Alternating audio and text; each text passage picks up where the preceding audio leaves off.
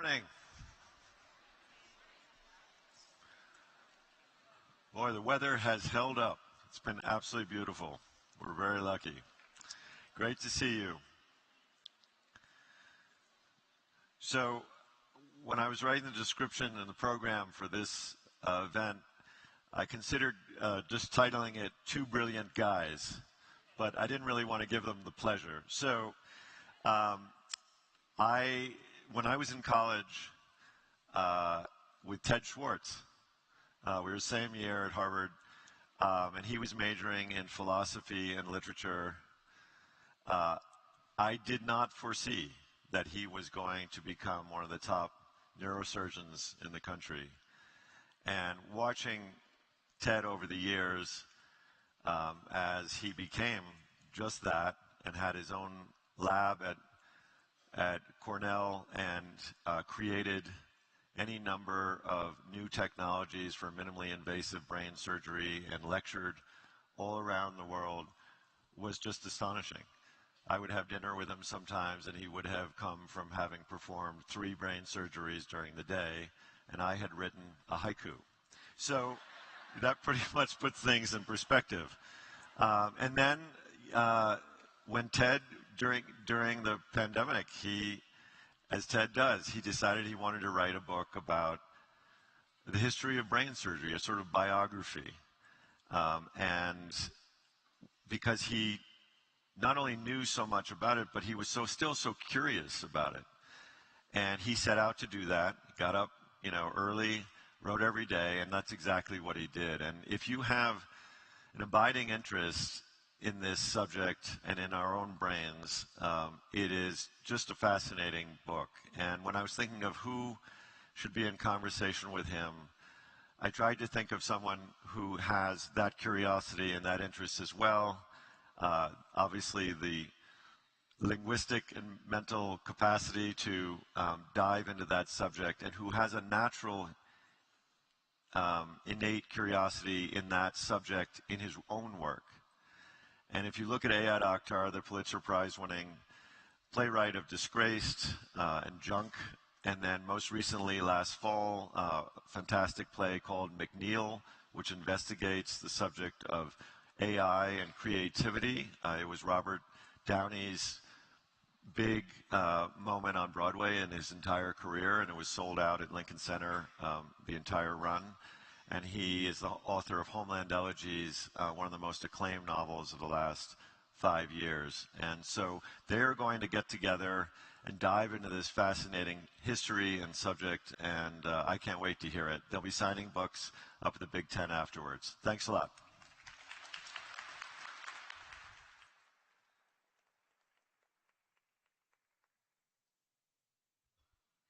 Hello, good morning. Wow. Is my speaker on? Bit of an echo. Just a little. Before we start, I want to say one thing because of what John said. I'm a brain surgeon, and my full-time job is neurosurgery, and I never saw myself as a writer.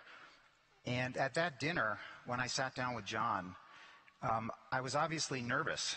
People always think they can write a book, but it's very few people who actually can do it. And when I said to John, I think I'm going to write a book, I thought he was going to sort of laugh, put his arm around me, and say, sure you are.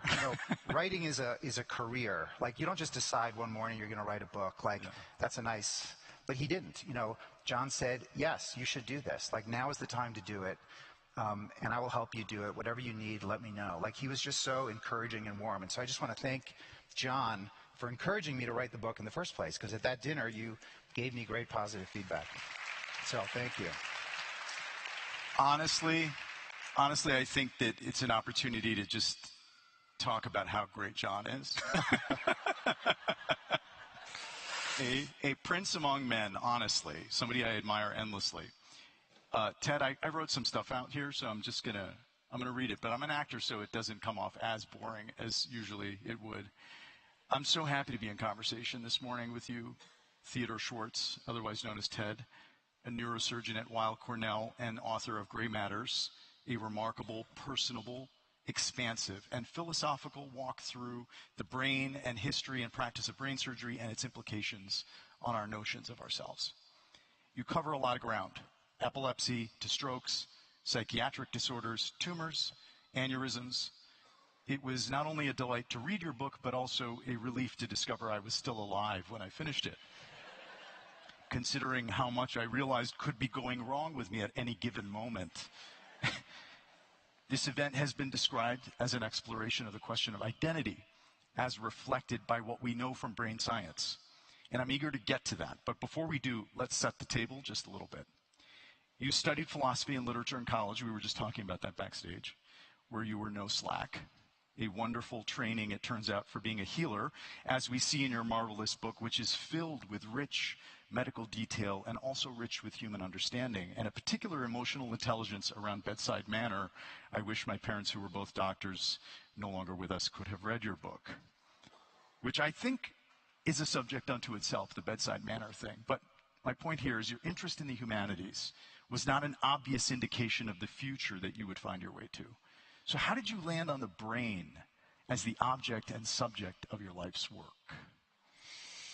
You know, a lot of it comes back to my father, and we talked a little bit about this before. My father was a Freudian psychoanalyst, so I grew up in a house where he was constantly reading and thinking. He would spend his weekends literally in his study listening to classical music and reading Shakespeare or reading the Bible, attending the opera constantly.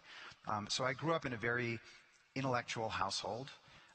And I also grew up with an awareness that what we think we're doing and our control of our behaviors is not always under our control. And there's an enormous amount going on under the surface that we're not aware of that impacts our personalities and our behaviors. And I think when I went to college, ironically, and I write about it in the book, I wanted to major in astrophysics because I was a bit of a science fiction buff. And I got to Harvard and realized that I didn't have the brain for astrophysics. I just wasn't, I didn't have that math brain. And I pivoted to philosophy and English. And what I gravitated to was philosophy of mind and understanding language and the relationship between the mind and the brain.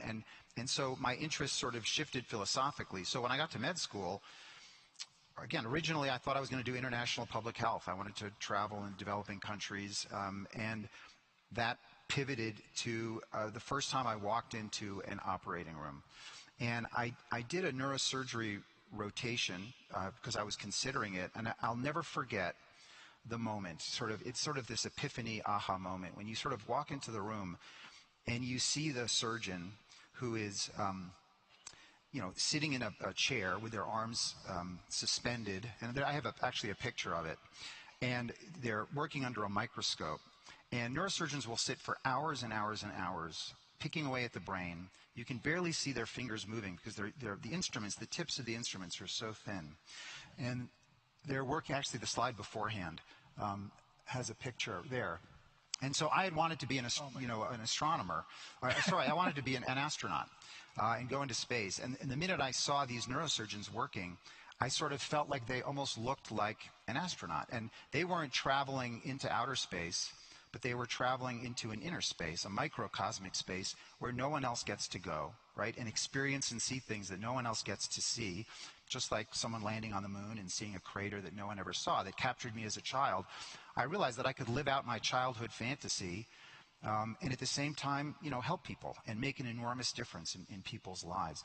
And so putting that all together with my interest in the brain and the mind and learning about the brain and also wanting to travel into the brain and physically, touch outer space or inner space, I saw things like that and I was just struck by it and said, this is what I'm going to do for the rest of my life.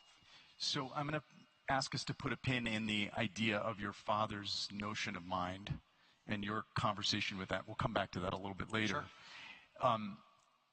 Getting into brain surgery and your book is in many ways a kind of anatomy, not only of the history of brain surgery, but of the ideas that animate it. And one of the central ideas are the two archetypes, the brilliant, relentless, charismatic, egotistical Renaissance man brain surgeon, often depicted in Hollywood as you as you articulate in your book, and an example being Mr. McDreamy, Dr. McDreamy from Grey's Anatomy. And it's interesting, and then on the other hand, you have the Dr. Frankenstein mad scientist piece of it. And you find shades of truth in both of those paradigms. And as a dramatist, in reading the book, I was thinking about the fact that Shakespeare looms so large for us as dramatists. We can't ever get away from him. As the years go on, he only becomes bigger and bigger. And there's a figure in neurosurgery that I had a similar feeling as I was reading your book. He kept mentioning Harvey Cushing, almost as if he was a kind of Shakespearean figure for neurosurgeons. Could you tell us a little bit about? Yeah. So just to get first to the, since my father was a psychoanalyst, right, and I was very interested in literary criticism, majoring in philosophy and English, I wanted to take neurosurgery and brain surgery and put it on the couch a little bit. And I wanted to understand the myth, right, the stories that we tell ourselves about neurosurgery. They're these myths. And the one myth of the neurosurgeon that we're all familiar with is sort of the brilliant Renaissance man that we see in movies. And that really dates back to Harvey Cushing. And I have a picture that talks a little bit about Harvey Cushing. But Harvey Cushing really is a remarkable figure in neurosurgery. And there aren't a lot of fields that have someone like Cushing in it, where there's literally one person who not only founded the field, but created the whole field, but moved it from a place where it didn't exist to a place where it was suddenly routine. And you can go online and there are these trees where you can trace the roots of every neurosurgeon living in America and around the planet, and they all go back to Harvey Cushing. And so when Harvey Cushing started neurosurgery, there was no one who had devoted their career just to neurosurgery. There were general surgeons who would do some neurosurgery. And the mortality rate of brain surgery was 50% when he started doing what he was doing. And you can imagine what it would be like to face your day knowing that half your patients were going to die, right? What kind of person does that? And he was this monomaniacal workaholic, 14 hours a day, 6 days a week. And at the end of his career, the mortality rate of neurosurgery was 8%. So it became something that now suddenly was a reasonable career for people to pursue. And he's really that brilliant Renaissance man because he also happened to be a Pulitzer Prize-winning author. He wrote a book, Biography of Sir William Osler. You're going to get there. I'm not, and he was a great artist, right? That's a picture that he drew. So it just shows you like his amazing skill set. This picture, I just want to talk, I talked about it before, but it's such a remarkable picture. So that is Harvey Cushing as an undergraduate at Yale. And he's doing a backflip off the Yale Library steps.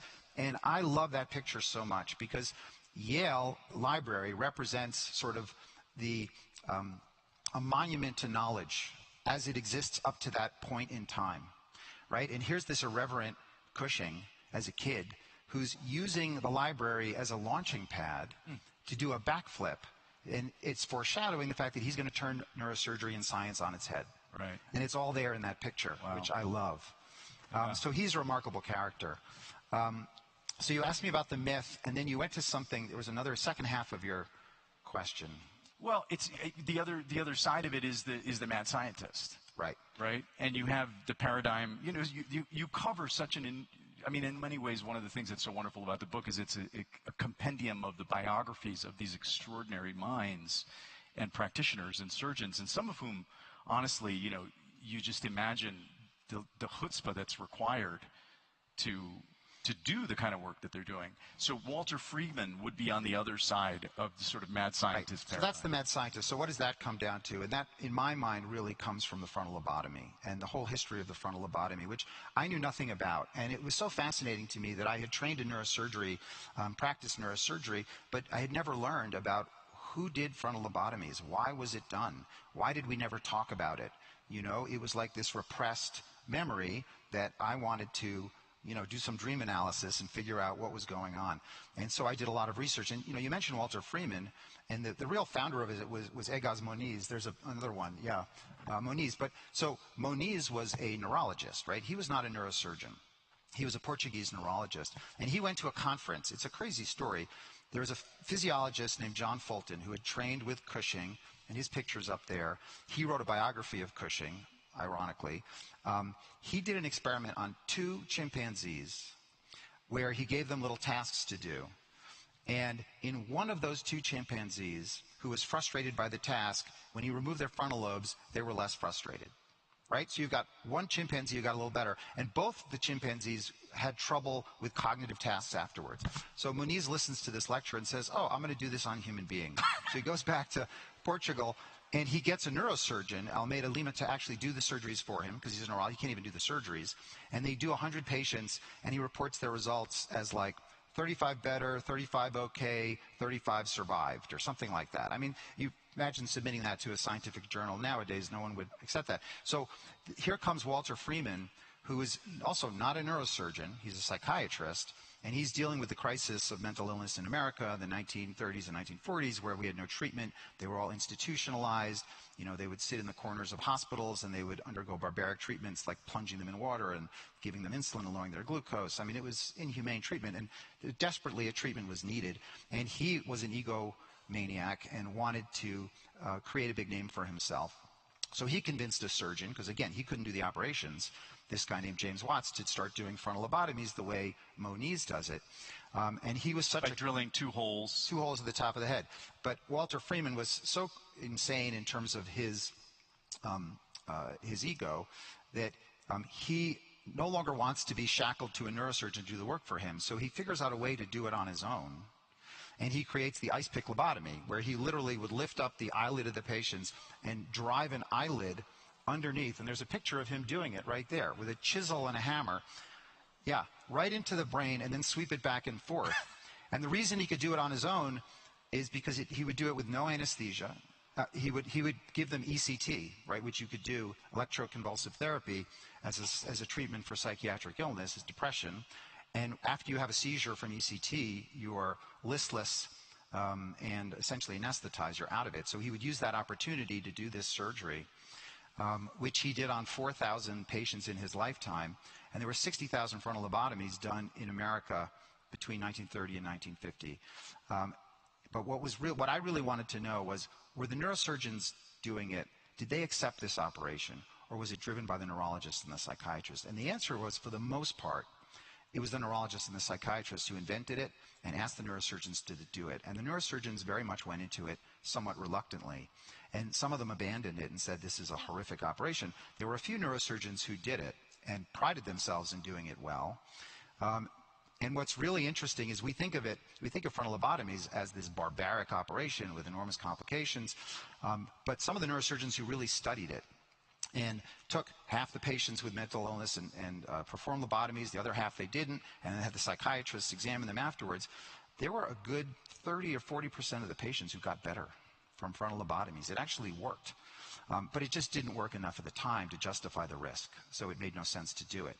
But it wasn't as crazy a treatment as people think it is in retrospect. One of the wonderful things about what you do in the book is you sort of, I mean, if you're interested in having the JFK assassination conspiracy resolved, please read Ted's book. The trajectory of the bullets and the medical reports and the way that you do a deep dive on that sort of lays to rest whether or not there was a second shooter. And there's a lot of that you do in the book where you offer sort of evidence for points of view that maybe we kind of have disqualified the lobotomy as an operation of any merit but in fact you're suggesting that it did help some people, which of course raises the question of the possibility for future surgical interventions in the brain to change personality. The other big historical impact of the lobotomy is that many of the surgeries that we do today, deep brain stimulation, stereotactic navigation, which is sort of to use the computer to guide us around the brain, a lot of those were created because neurosurgeons were so disgusted by the frontal lobotomy and the way it was performed that they wanted to create a better way to do a lobotomy. And it led to innovation in the neurosurgical community, and innovation that still ripples forward now. And ironically, speaking of innovation, Muniz got the Nobel Prize for inventing the frontal lobotomy, but his other invention was the angiogram, which is to inject a contrast into a blood vessel and take an X-ray. Angiograms we still do today. Right. Like, it was an incredible invention. He didn't win the Nobel Prize for that. He won it for the frontal lobotomy, which is so ironic. It's remarkable. Historically. So with regards to personality changing brain surgery, which is a kind of segue into the question of identity, can we talk a little bit about Amanda and Sarah Eldridge? Yeah. Can you tell us a little bit about that case? So I use them as an example. These are two girls who had obsessive-compulsive disorder, and they had such severe obsessive-compulsive disorder that they couldn't leave their house. They were constantly washing their hands. They were afraid of dirt. And it really changed their lives and paralyzed them. And they had a deep brain stimulator, electrodes placed in their brain, which we can do, and they got dramatically better. For the first time in their lives, they could hug their mother. And there's a lot to write about and think about that treatment. But with respect to identity, what it shows us, and what the frontal lobotomy shows us as well, because as you know, if you do a lobotomy on someone, the image you get is that their personality changes dramatically, right? They become very complacent, laconic, they sit in their chair, they don't get up.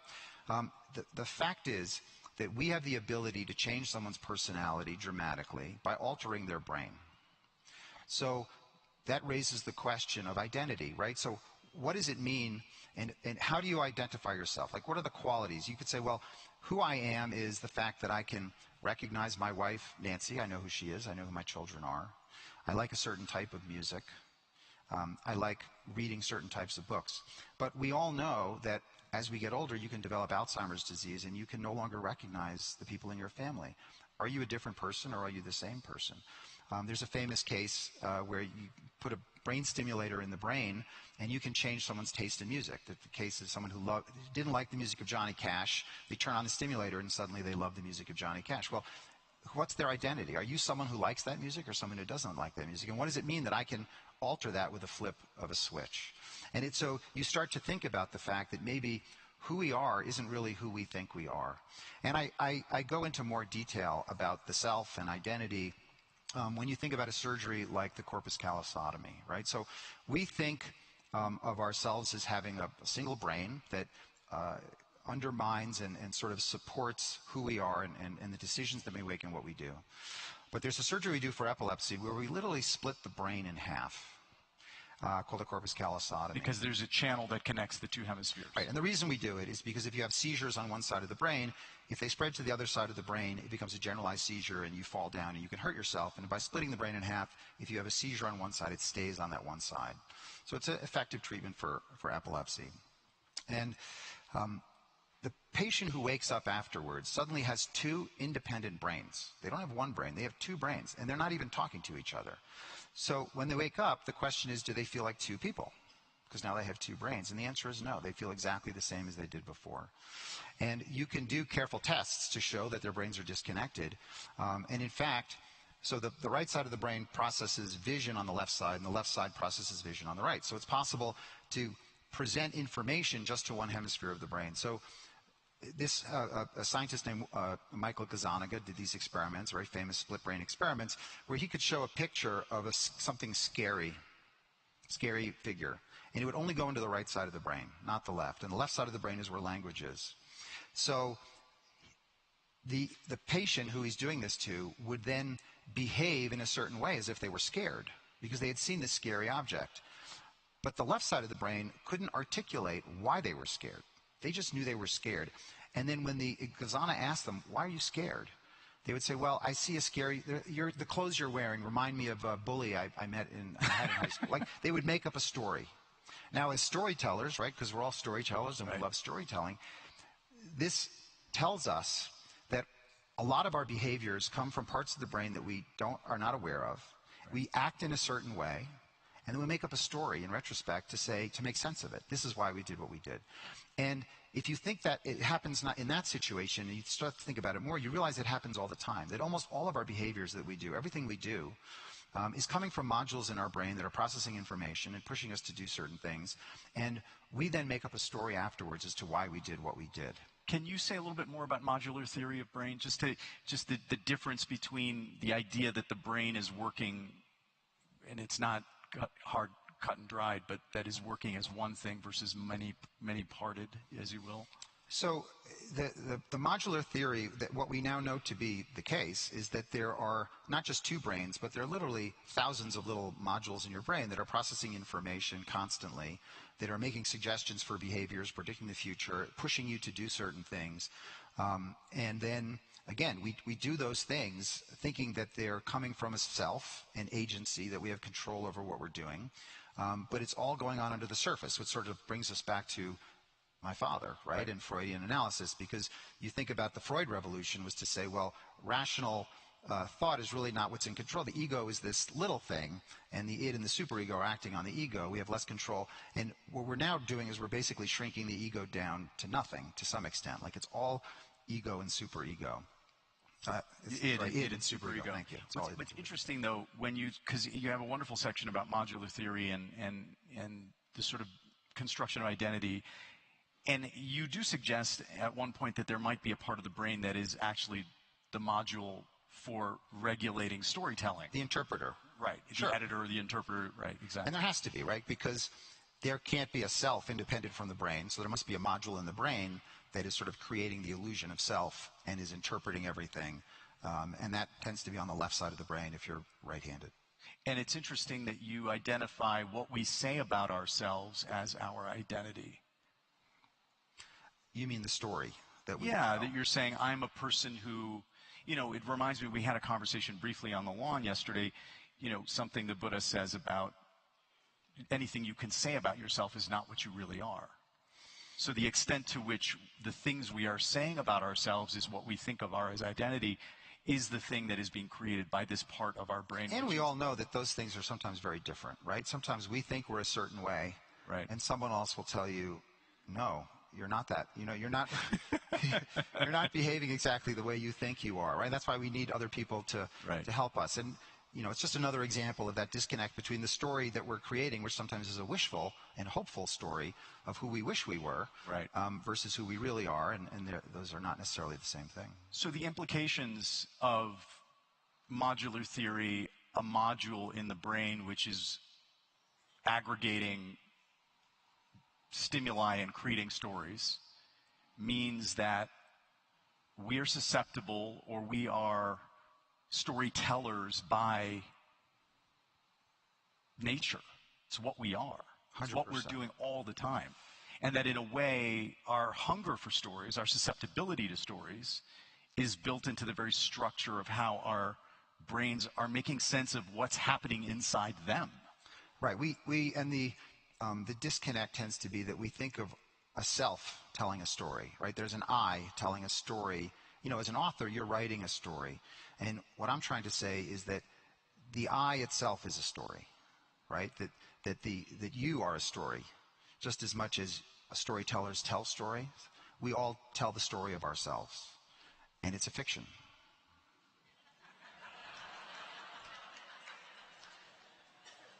I'm not disappointed to hear that. I think some other people might be, but let's walk this engaging exercise in nihilism out a little bit further. So let's talk about Dostoevsky, who suffered from epilepsy, whose form of epilepsy was quite remarkable because it would be preceded by intense religious auras where the experience of certainty and self-awareness seemed to have been magnified to cosmic, transcendent dimensions. He identified these experiences, pre-epileptic seizure experiences, as the most significant experiences in his life. And he called them the experience of God in various forms. We think of somebody like Dostoevsky and, of course, his great masterpiece, The Brothers Karamazov, which is one of the great spiritual books, I think, of humanity, and his profound understanding of the universe and of us as human beings and of our relationship to something much larger than ourselves. It's disconcerting, to say the least, that it might have been some entrainment of his stimulation in the temporal lobe that made it these kinds of preoccupations of interest to him. How do you square that profound wisdom that we receive from some apprenticeship in a neurological anomaly that is creating this experience in which we all, who don't share that neurological anomaly, find such profound meaning? Yeah. It's a little disconcerting to think that religious beliefs might have a material basis just in the brain, right? That they're not coming from something external. And look, the fact that Dostoevsky had epilepsy doesn't mean that all brilliant creativity comes from a disease, right? And we know that because, you can be healthy and be incredibly creative and brilliant. Are you pointing at me? Because I might not. You are healthy and creative and brilliant. And the other thing that's interesting about it is there was this movie that came out with John Travolta, Phenomenon or something, where he has a brain tumor. I remember. And he suddenly gains these miraculous abilities, right? And it's a great story. It's a lovely story. But it's very rare for pathology in the brain to make someone better, right? It tends to make us worse. I see. It tends to diminish our faculties. But epilepsy is a unique disease because epilepsy is a disease not of the structure and the anatomy of the brain. It's not an aneurysm. It's not a tumor. It's a mass. It's a disease of the circuitry of the brain, right? And who we are and our thoughts and what we do is really, in my opinion, circuitry and chemicals, right? That's all there is in the brain. And if you have a disease of the circuitry of the brain, it gives the opportunity to alter your perception of reality. And people have seizures where they experience things. And you can see visions and you can have deja vu. I mean, the classic deja vu is a seizure. That's an aura for a seizure, is feeling deja vu. Many people have that. It's an experience. Wilder Penfield, who we talked about, a neurosurgeon, wrote up a whole series of cases where he would stimulate their brain and they would relive memories from their past, just from stimulating the brain. He could rekindle a memory of, I remember my father sitting on my bed when I was a child. And it wasn't just a memory, they were reliving it at that moment. So, the Dostoevsky story raises questions of, well, if we treated his epilepsy with a pill or did a temporal lobectomy on him and cured him of his epilepsy, would he still have been Dostoevsky? Would he still have written the books he wrote? Would they still have had religious overtones to them? Obviously, no one knows the answer to that, but they very well may not have. But it also raises the question, there's the famous statue, the ecstasy of Mother Teresa, I think it is, or it's a Bernini statue, and many doctors look at it and say, oh, she's having a seizure. The ecstasy is really a seizure, right? So there's all these creations between the visions that can come from pathological things in your brain that seem real. And if you're experiencing a vision that seems real, how is that different than a religious experience in a way? Ezekiel or Muhammad, who was reportedly, one of his wives, Aisha, his beloved wife, used to report how before he went into Revelation, he would begin to shake and seize on the ground. Presumably there was epileptic activity. It's a trope within the Hebraic tradition of neurological anomaly, or at least symptoms that are presenting as such, announcing prophets. It's this fascinating space. When you were talking about stimulating the brain and reliving memory, I was reminded of Proust's definition of art, which is involuntary memory.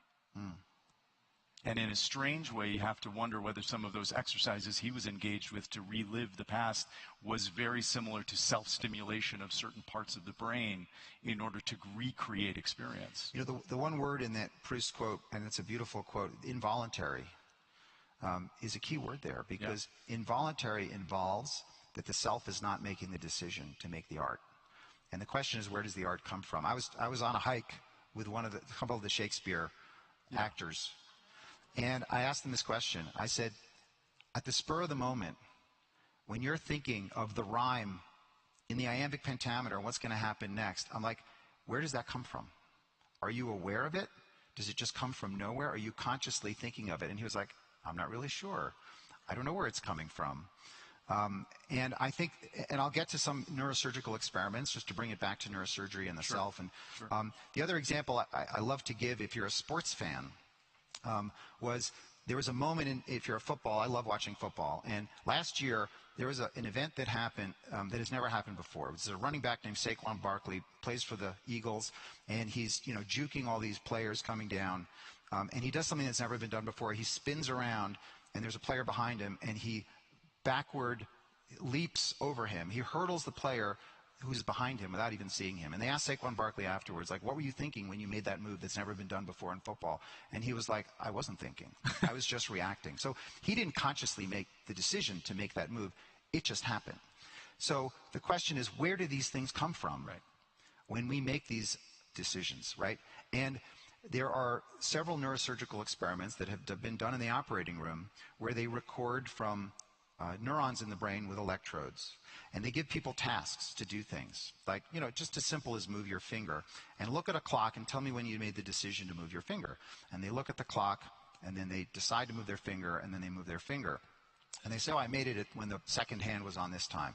And they record neurons in the brain that are firing about a second before the patient is even aware that they're going to make the decision. And the same thing is true of language, that you can put electrodes in the brain that show that before someone speaks and says what they're going to say, there are neurons in the brain firing, and if you can interpret those neurons, you know what they're going to say before they're going to say it, and before they even know what they're going to say, which raises, and there have been science fiction writers who've written the possibility that this sort of idea that you could have a machine next to you that's taking information out of your brain, and it's saying what you're about to say a millisecond before you actually say it, because your brain knows what you're going to say before you're even aware of what you're going to say. So that, again, raises the question of the self and identity and autonomy, and how much are we in control of what we do, or how much is our brain just making these decisions for us?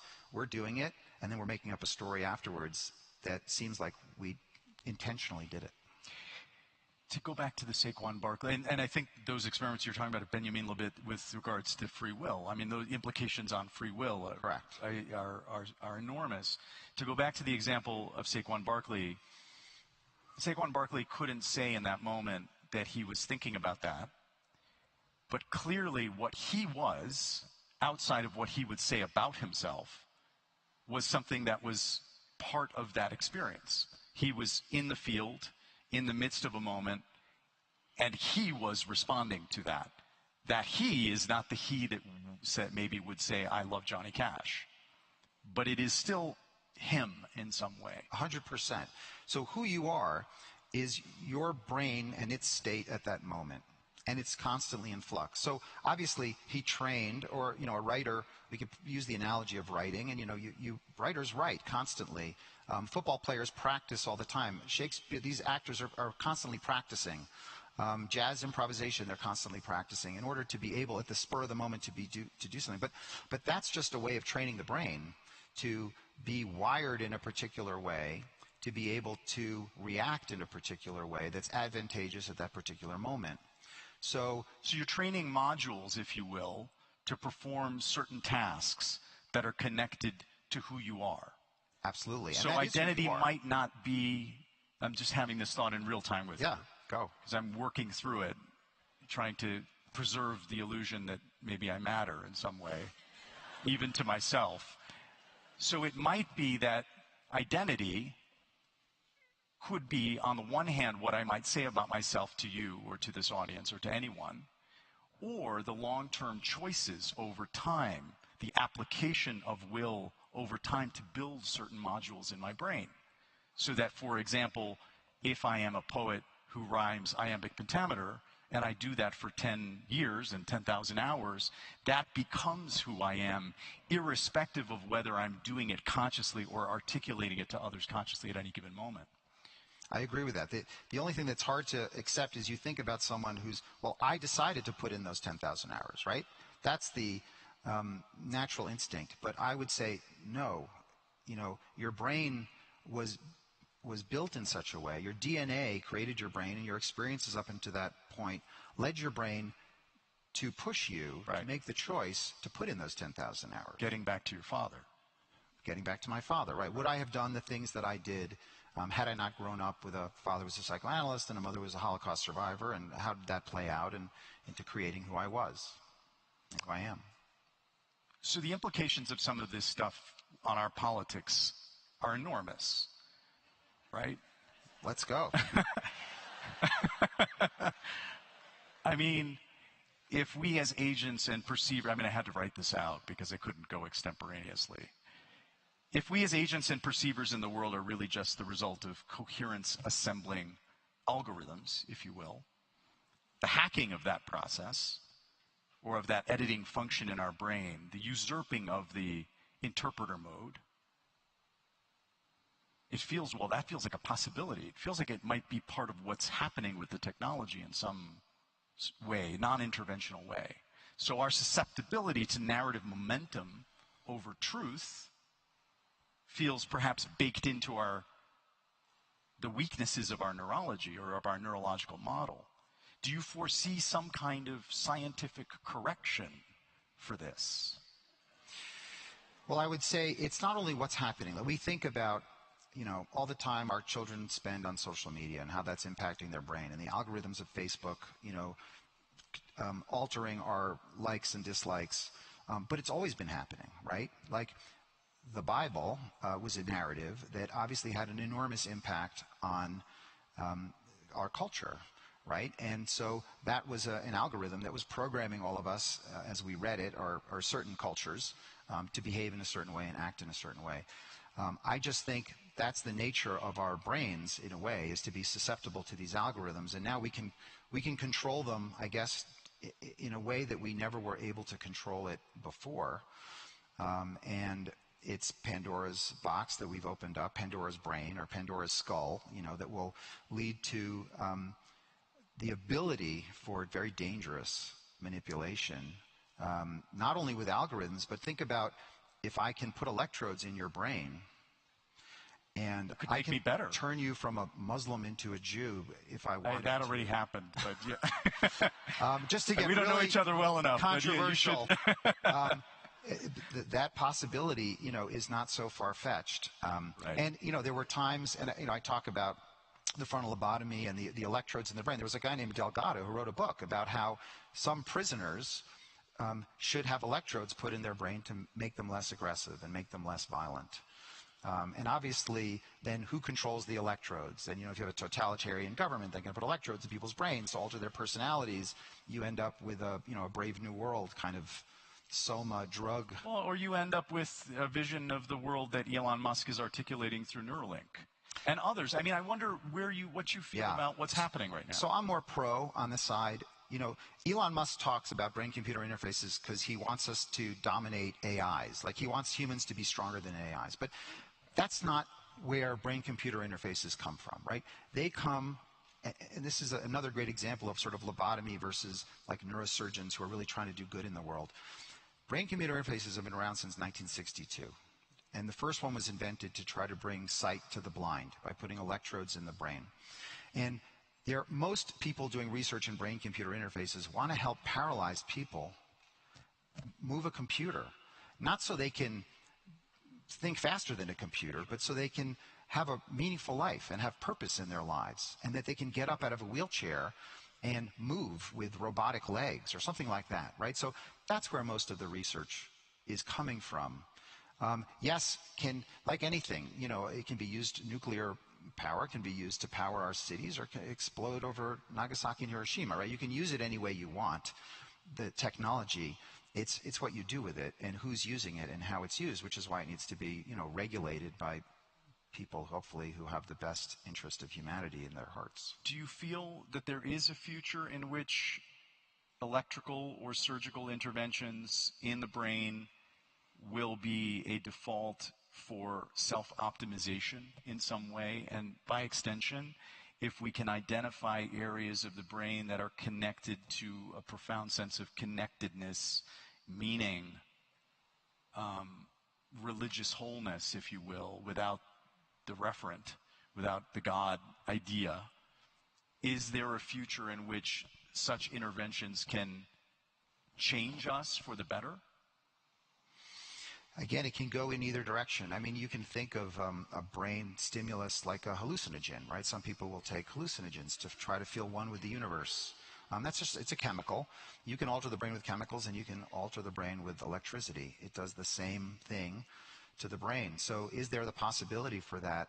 Absolutely. But who controls it? Who regulates it? Who decides, who should get it? Is there a future where we're all just sitting in a couch with an electrode in our brain, pushing a button, feeling bliss all day long? I mean, sure, that's a possibility. There's that famous study of rats who had electrodes put in their brain in the nucleus accumbens, which is the pleasure center of the brain, and they could either choose to push a lever to get a pellet of food or push a pellet to get the stimulation that would give them a feeling of joy. And bliss, and they pushed the pellet until they starved to get, sorry, they pushed the lever for bliss until they starved to death. Because that was more pleasurable than eating food. So not a bad way to go out. That's not a bad way to go out.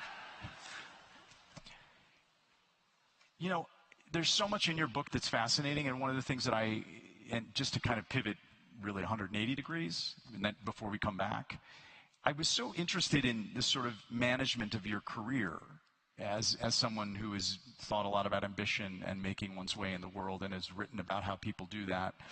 And the way that you sort of, in a very, very competitive neurosurgery market, New York City, figured out how to position yourself within that community in a way that gave you potentially a very strategic edge. Could you say a little bit about that and where you've gone and how that happened? And yeah. So, I started my career working at Cornell, which is right across the street from Memorial Sloan Kettering Cancer Center. And when I started at Cornell, they really had no brain tumor center. There were no neuro-oncologists. They sent everything to Memorial Sloan Kettering. And I was sort of tasked with building a brain tumor program, literally a stone's throw from one of the top cancer centers, on the planet. And so it was difficult when you're starting out because, in Manhattan, everyone gets second opinion, third opinion, fourth opinion. And they would come see me. And, I went to Harvard College and Harvard Med School, and I was an eager, young, 2 years out of training guy. And they would say, "You're lovely. It's so nice to meet you. But we're just going to get a second opinion from the chairman of NYU, the chairman of Columbia, the chairman of Memorial Sloan Kettering, who have gray hair on their heads." And I would wave to them goodbye and never see them again. And so, when that happens enough times, and you have the ability, but you need an edge, right? You need something to do. It was a period of time where there were a couple people on the planet, literally, who were starting to do neurosurgery in a different way. And there's a picture I have I can show. Instead of opening up the side of the head, making a big incision and taking off a big piece of skull and pulling down the muscle to get to certain tumors. Yeah, I don't want to gross anyone out. On the left is sort of how we do neurosurgery to get underneath the brain if you have tumors that are hard to get to. And so I traveled to Italy, where there were a couple people who were putting endoscopes up the nose to take out some tumors. And it was working beautifully. And it was something that the old guard neurosurgeons thought was heretical. Like, you can't, when you do neurosurgery, you're worried about sterility. So you can put betadine on your scalp and clean it and do surgery. It's sterile. When you go up the nose, you're working through a minefield of bacteria to get into the brain. And if you seed the bacteria into the brain, you worry about meningitis. So they thought it's impossible to do brain surgery through the nose. And so some of the Italians, some other people started doing it. And I started doing it very early because it looked like it was working, and I wanted to be at the cutting edge of neurosurgery because I was so young. If I just offered what everyone else offered, and my wife's in the audience, her father said to me, he's like, "Ted," he's an older real estate guy, he's like, "You have to give your patients a prescription that only you can fill." And I was like, how do I do that?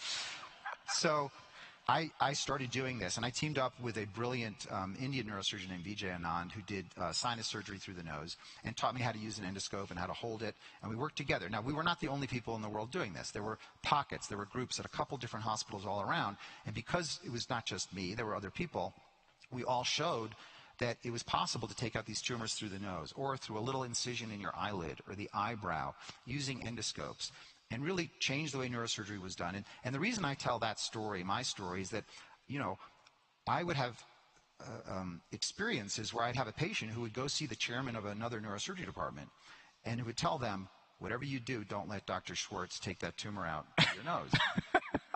Or in my own department, people who would stand up, senior, and say, like, "Why are you doing this?" Yeah. Like, we have another way to do this. We do a craniotomy. And now, 20 years later, every neurosurgery program in the country is taking tumors out through the nose and through the eyelid. And it recapitulates the history of neurosurgery, which is that every time there's a new innovation that comes along, the more senior people completely reject it. And there's always a battle, between the innovators and the old guard. And with neurosurgery, it's a very contentious battle because, we revere our forebears who have invented these things. Also, there's an enormous amount on the line, right? So if you try to do something new, and God forbid there's a complication, and that's someone's life who gets injured. And so it's emotionally very difficult. How do you live with yourself trying to do something? How do you push the field forward when you have to do it at the expense of another human being. It's extremely difficult emotionally to do that. But that's how progress is made. It's the only way that progress is made. Just like Cushing with his 50% mortality had to push through that to get to the 8%. Yeah, it takes a certain kind of mettle, I think, because you're not just risking their actual lives. In a weird way, you're almost risking something more challenging for people, which is that if they survive and they're different, they've lost capacities, then quality of life means they're not the same person or they don't have the same capacities.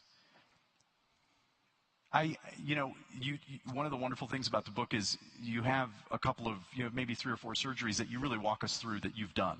And it's really thrilling. I mean, the opening of the book, my heart was pounding as my wife and I were listening. It was like, oh my God, I don't know if I'm going to be able to get through this. This is so suspenseful.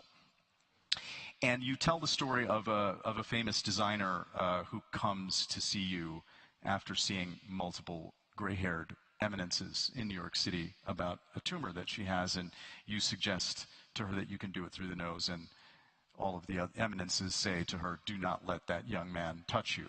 Right.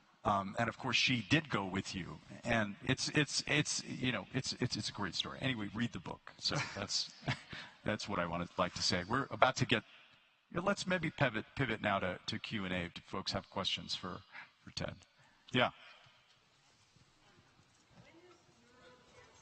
I can repeat the question too. Yeah. Okay. Yeah. She's prepared with her question. Yeah. Yeah. When does neuroenhancement stop being medicine and start rewriting evolution? And if AI can modulate thought in real time, how do we protect consent and free will, which you asked about? Well, you asked it better than I did, so. Yeah, no, those are great questions. So 2 questions. First is about neuroenhancement. And what specifically, how does it? What I'm saying is, when does that stop being medicine to treat a disorder and it gets to a tipping point that you're actually affecting evolution? Right. So we call it neuroaugmentation in the field, and neuroaugmentation is not really medicine, right? So there's neuroaugmentation is to take someone who's normal and make them better, even better than they are. We currently don't really do that with brain-computer interfaces and deep brain stimulators. We only use it to treat diseases, right? So we're taking someone who has a deficiency in, what's normal obviously is the big question, because, if there's no definition of normal, there is no one normal. But someone who wants to be improved in their functions and improve them with stimulation. Neuroaugmentation is to say, I'm going to make you smarter, I'm going to make you faster. The problem, brain-computer interfaces now that are put on the brain, the real sophisticated ones, there's still risk to doing them, right? You have to open up the skull, you have to implant the electrodes in the brain. And implanting electrodes in the brain, you can damage the brain, right? So we right now don't want to do that in normal people because we wouldn't want to damage their normal functions to make them any better. But there will come a day when we can place a brain-computer interface with essentially no risk. And we can start to consider neuroaugmentation. And I do think that that is the future of human evolution. I think it will become the future of human evolution. And if you think about it, the reason we evolve is because we need to survive on a planet that has certain challenges, right? And now we've created a planet that is going to be dominated by computers and machines. And we need to survive in that world, which means we need to interact with those machines more effectively and more efficiently. And that at some point, it could be 30 years, 50 years, 100 years, may mean having a brain implant that allows us to communicate very rapidly with a computer.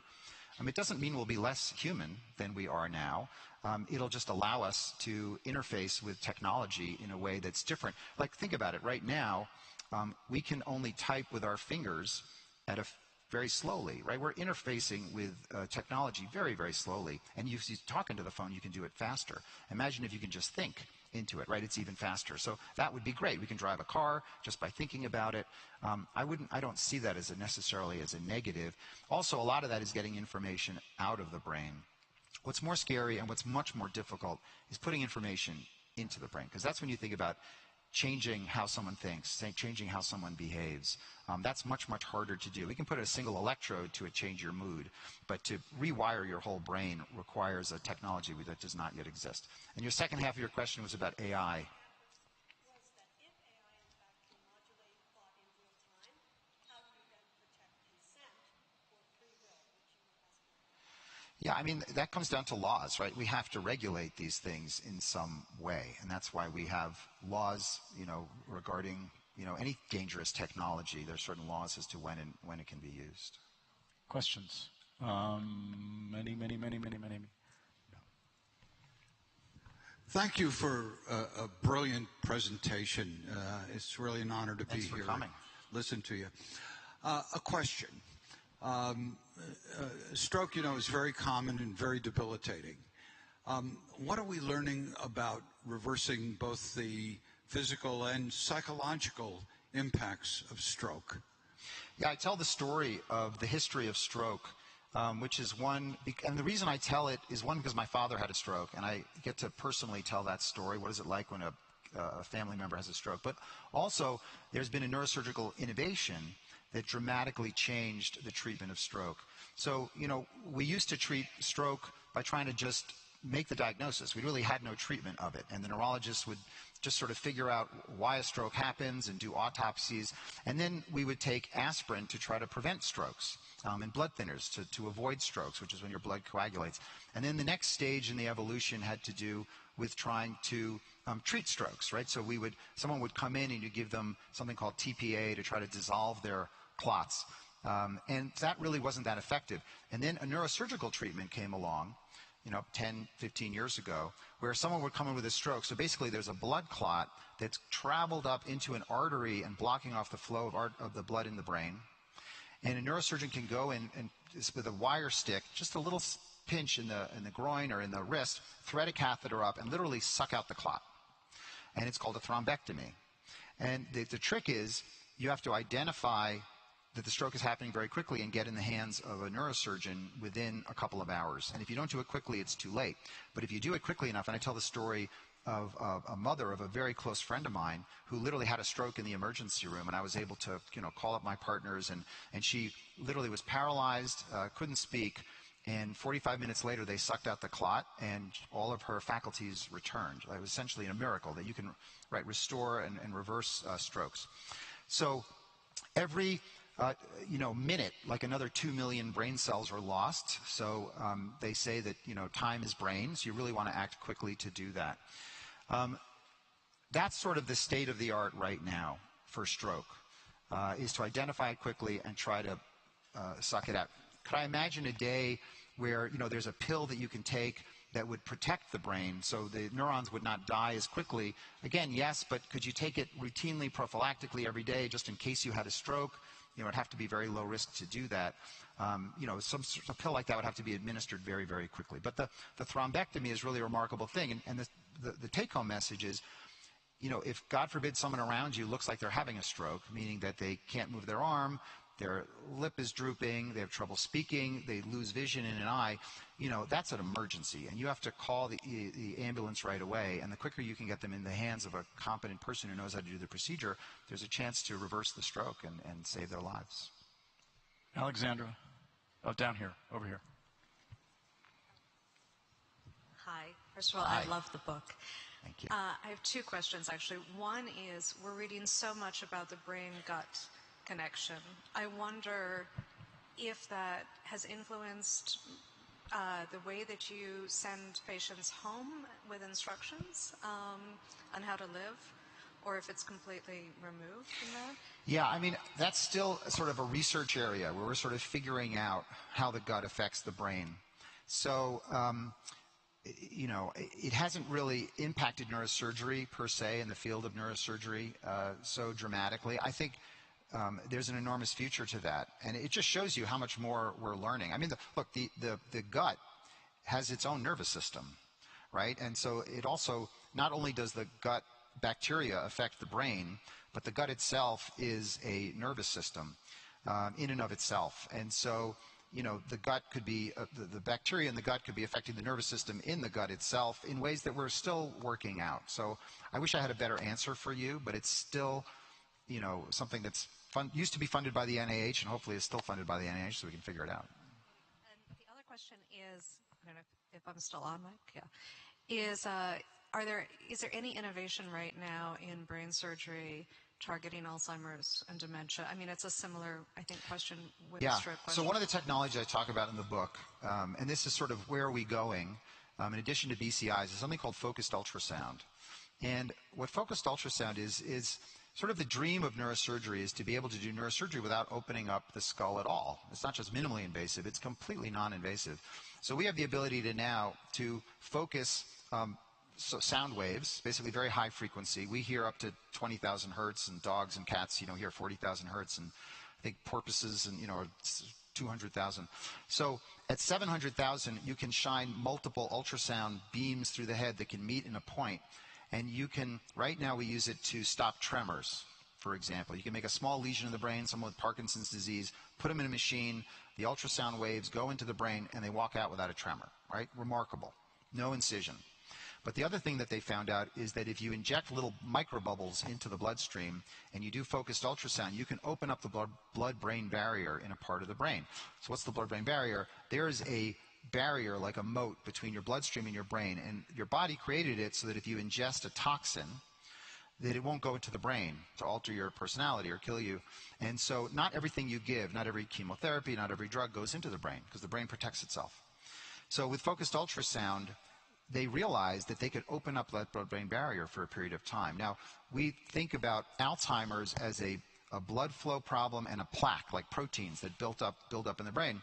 And if you can open up the blood-brain barrier and get more blood flow into those parts of the brain, we have found that those plaques get cleaned out more effectively, and you get more blood flow to the hippocampus, the memory parts of the brain. And there are clinical trials going on right now using focused ultrasound to try to treat Alzheimer's disease. But the issue with something like Alzheimer's or dementia is it happens all over the brain, right? It's everywhere. Neurosurgery, it's very good at treating a place in the brain. It's like a surgical strike. That's why they call it a surgical strike, because you want your missile to only hit one place. It's very hard to operate on every neuron in the brain, right? And that's what really Alzheimer's is. So that treatment may involve neurosurgery in terms of opening up the blood-brain barrier, but it's probably going to involve systemic therapies that go everywhere, go to more places than one. This is just a preview of the richness of the book, which I urge you to get because our time is up. Thank you, Ted. Thank you. For an amazing conversation. Thank you all. Thank you.